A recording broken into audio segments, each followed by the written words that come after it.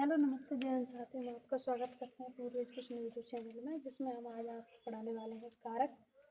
और जैसा कि आपको पता है कि हमारे जो पहले की क्लासेस है हमने उसमें आपको क्रिया कंप्लीट करा दिया है। अगर आपने नहीं देखा है तो उस चैनल पे हमारे पर विजिट कीजिए और देखिए, आपको क्रिया बहुत अच्छे से समझाया हमने। आज का जो टॉपिक है बड़ा ही महत्वपूर्ण और बहुत ही अच्छा से हम आपको समझाएंगे। इसको आपको कहीं भी कोई दिक्कत नहीं आएगी। एक बार आपने जो आठों अच्छे से समझ लिए तो आपको परिभाषाओं में तो दिक्कत आएगी नहीं। साथ ही साथ आप जब भी आप भाग के देखेंगे किसी भी एग्जाम्पल में या किसी भी एग्जाम में जो आने वाले प्रश्न हैं उनमें आपको सॉल्व, इस क्लासेस को देखने के बाद आप कारक कहीं से भी टेस्ट लगा सकते हैं, देख सकते हैं, आपको कहीं भी कोई भी दिक्कत नहीं आएगी। तो आइए शुरुआत करते हैं हम कारक की। कारक देखिए, परिभाषा क्या है? वह शब्द जो क्रिया का वाक्य के दूसरे शब्दों से संबंध का बोध कराता है। क्रिया यानी काम का, कोई भी काम होता है जिसमें गति होती है, वह शब्द जो क्रिया का वाक्य के दूसरे शब्द से क्या कराता है? संबंध का बोध कराता है। यानी उसका दूसरे शब्द से क्या संबंध है, क्या रिश्ता है, उसका जो हमें ज्ञान देता है उसको हम क्या कहते हैं? कारक कहते हैं। साधारण सी भाषा में समझ सकते हैं, अर्थात क्रिया का वाक्य के दूसरे शब्दों से क्या संबंध है, यह कारक बताता है। अब इस प्रकार जो आपको जो संबंध बताता है उनको हम जो चिन्ह थे उनकी पहचान पर, उनके आधार पर शब्दों को हमने 8 भागों में बांटा गया कि भाई हम कारक को अलग अलग तरीके से अगर समझ सकते हैं तो हम कारक को 8 प्रकार से देखेंगे। इस प्रकार हमारे हिंदी व्याकरण में कारक के जो भेद हो गए वो कितने हो गए? 8 हो गए। वही इनमें सबसे महत्वपूर्ण होता है कि पहली बात तो हम कारक का नाम पहचान करते हैं कि भाई इसमें कौन सा कारक है। दूसरे पहचान करते हैं किससे? चिन्ह से। हम पहचान करेंगे कारक चिन्ह से कि अगर जिसमें एक चिन्ह आपको दिखाई देगा उससे हम पहचान कर लेंगे कि भाई इसमें कौन सा कारक है। तो दोनों ही महत्वपूर्ण हैं। पहली बात हमने दोनों क्रम से डाले हैं, पहला है कारक, उसके सामने है कारक चिन्ह। अब देखिए, कारक 8 होते हैं। पहले हम एक साथ इनको पढ़ लेंगे। कर्ता, कर्म, कर्ण, संप्रदान, अपादान, संबंध, अधिकरण, संबोधन। इससे क्या होता है, आपकी मेमोरी में एक बार ये अच्छे से बैठ जाएगा कि भैया आपने ये कारक पढ़े हैं। अब आप एक एक से इनको समझने का प्रयत्न करेंगे। जैसे कि कर्ता, कर्ता का कारक चिन्ह क्या है? ने। कर्ता ने यानी कोई व्यक्ति है, किसी काम को कर रहा है, तो किसी काम को करने वाला कोई भी व्यक्ति हो वो क्या होता है? कर्ता ही होता है। कहते हैं ना, अगर आपके परिवार में कोई मुखिया है, जैसे आपके पिता है, माता है या भाई बहन है, तो मान लीजिए आपका घर कौन चलाता है? आपके पिता। तो आपके कर्ता धर्ता कौन हो गए? पालक है आपके पिता हो गए। वहीं आप मान लीजिए अगर शादीशुदा हैं तो आपके जो आप वहाँ पे जाते हैं तो आपके कर्ता धर्ता कौन हो गए? आपके पति हो गए। तो जो आपका पालन पोषण करते हैं उनको कर्ता कहते हैं। वहीं दूसरी ओर अगर हम समझेंगे कि कोई काम कर रहा है तो उसको भी हम कर्ता कहते हैं। अब कर्ता ने, आप यही कहेंगे ना कि हमारे पिताजी ने, हमारे पति ने या फिर हमारे दादाजी ने ये काम किया, यानी जिन्होंने वो काम किया है उसके लिए हम क्या प्रत्यय यूज करते हैं? ने। तो हम कहते हैं कर्ता ने। आप कारक चिन्ह से क्या कहेंगे कि अगर इसमें ने आ गया यानी कर्ता ने, इसमें हमारा कौन सा कारक होगा? कर्ता कारक। कौन सा कारक होगा? कर्ता कारक। वहीं दूसरा आता है कर्म। अब आप कर्ता जो काम कर रहा है, कर्ता ने किया है, किसने किया है ये हमें पता चल गया, लेकिन किस काम को किया है? क्या काम किया है? खाना बनाया है, या मान लीजिए कोई इमारत बनाई है, या कहीं पे मान लीजिए सड़क का निर्माण किया है, तो भाई उस कर्ता ने कोई काम तो किया होगा। तो कर्म को, कर्ता ने कर्म को, यानी जिस काम को वो कर रहा है उसके लिए हम क्या प्रत्यय, क्या कारक चिन्ह लेंगे? को। कर्ता ने कर्म को, यानी जिस काम को उसने किया उसके लिए हम कारक चिन्ह क्या लेंगे? को। तो इस प्रकार जो होगा हमारा चिन्ह क्या होगा? को। तो आपको यहाँ पे समझ गया होगा कि कर्ता ने कर्म को। कर्ण से, कर्ण से, कौमा के द्वारा। देखिए, कर्ण एक तरीके से आप एक कान को भी कहते हैं और एक कर्ण आप हाथ को भी कहते हैं, हाथ कहते हैं। तो आप कोई भी काम करते, मान लीजिए हम लिख रहे हैं तो हम किससे लिख रहे हैं? हाथ से लिख रहे हैं। तो कर्ण से यानी हाथ से, किस, इस पेन को किसके द्वारा पकड़ रहे हैं? हाथ के द्वारा। तो से कोमा के द्वारा, जब दोनों चिन्ह आते हैं से कोमा के द्वारा, तो इसमें कौन सा होता है हमारा? आपका कर्ण कारक होता है। से कोमा के द्वारा, इसमें होता है करण यानी हाथ से, तो कर्ता ने कर्म को कर्ण से कोमा के द्वारा। अब यहाँ तक आपने समझ लिया। वही तीसरा तक हो गया आपका। चौथा प्रकार आता है आपका संप्रदान कारक।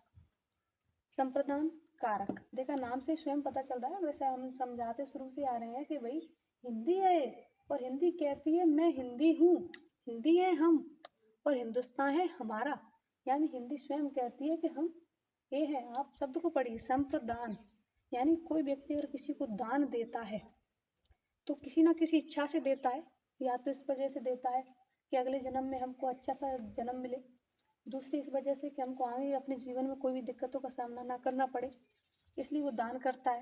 तीसरा ये कि भविष्य की पीढ़ी को हमारे आगे चल के कोई भी दिक्कतें ना आए। तो संप्रदान यानी सभी के लिए जो दान किया जाए, सभी चिंताओं से मुक्ति पाने के लिए जो दान किया जाए, तो को संप्रदान को किसी ना किसी को तो दान देना पड़ेगा और अपनी इच्छाओं के लिए। और जब दान दे रहे हैं तो आपको पता है कि दान किसी ना किसी इच्छा के लिए ही दिया जाता है। तो अगला आता है संप्रदान।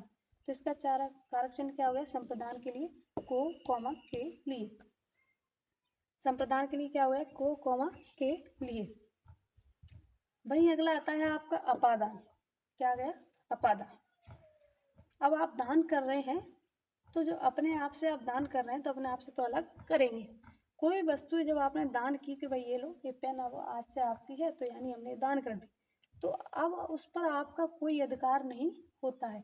इस प्रकार आपने देखा शादी ब्याह में जो कन्यादान होता है उसके बाद उसके माता पिता का ज़्यादातर उस पर अधिकार नहीं माना जाता है, क्योंकि ऐसा कहते हैं कि दान की हुई चीज़ वस्तु पर द्वारा उसका अधिकार नहीं होता है। मंदिर में अगर आप कोई दान दे आते हैं तो उस पर आपको ये नहीं कह सकते कि भाई वो वस्तु हमारी है। क्यों? क्योंकि आपने वो दान दे दी। तो अपादान यानी अपने से जो अलग करेंगे, तो से यानी अलगाव के लिए जो से आता है, अपने कोई भी चीज़ जब किसी से अलग होगी तो उसके लिए से आएगा, तो यानी हम कहेंगे कि भाई उसमें कौन सा कारक होगा? अपादान कारक। मान लीजिए कोई पेड़ है, पेड़ से जब डाली टूटी तो यानी वो अलग हुई, तो इसमें कौन सा कारक चिन्ह होगा आपका? अपादान कारक।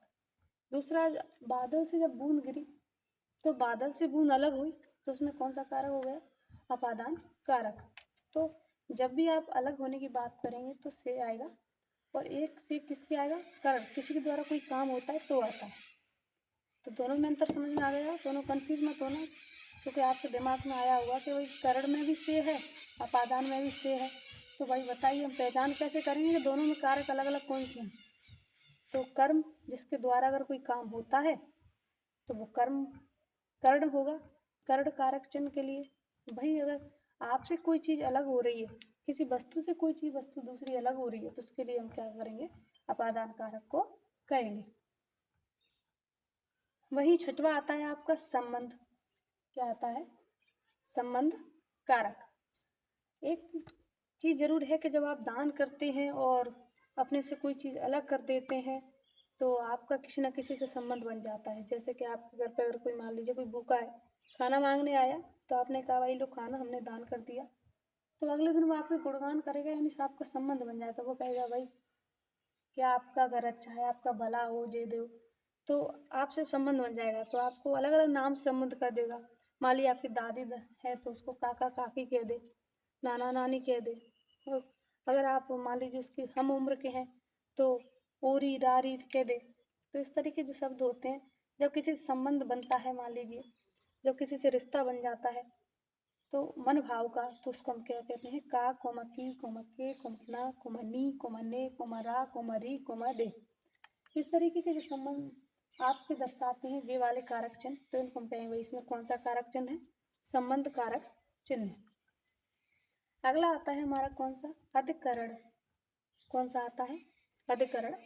अधिकरण में क्या होता है कि जब आपका संबंध बन जाता है तो आप अधिकार जताने लग जाते हैं। क्या लग जाते हैं? अधिकार जताने लग जाते हैं। मान लीजिए कि अगर आपका संबंध जुड़ गया तो भाई कहते हैं भाई ये घर तो हमारा है, इस पर तो हम ही बैठेंगे, ये मेरा है, मैं इनका हूँ।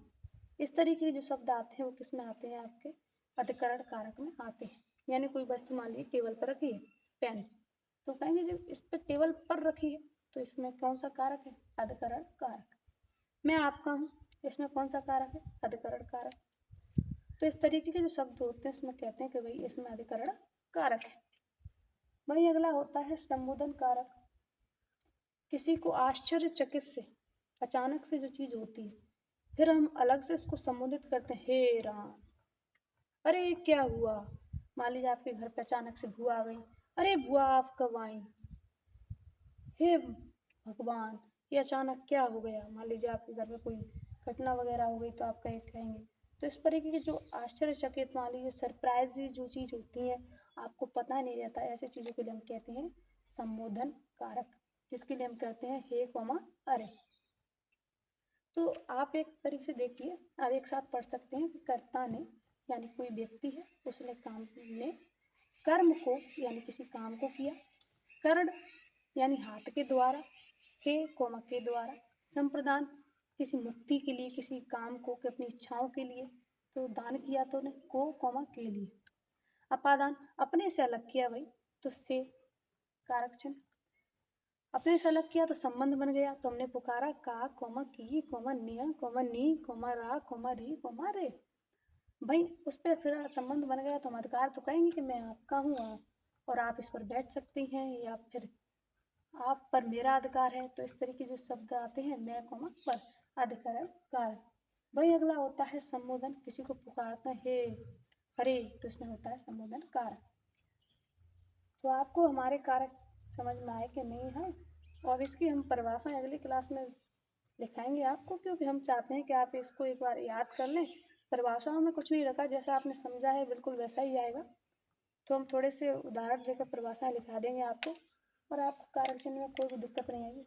या फिर आप चाहें तो आप कमेंट करके बता सकते हैं, या तो हम इनकी परिभाषाएं कराएं या फिर इनके क्वेश्चन लेके आएँ जिससे आप इनको अच्छे से सॉल्व कर सकते हैं। तो हम आपको क्लास कैसी लगी कमेंट में ज़रूर बताना, पसंद आए तो लाइक करना। थैंक यू, धन्यवाद।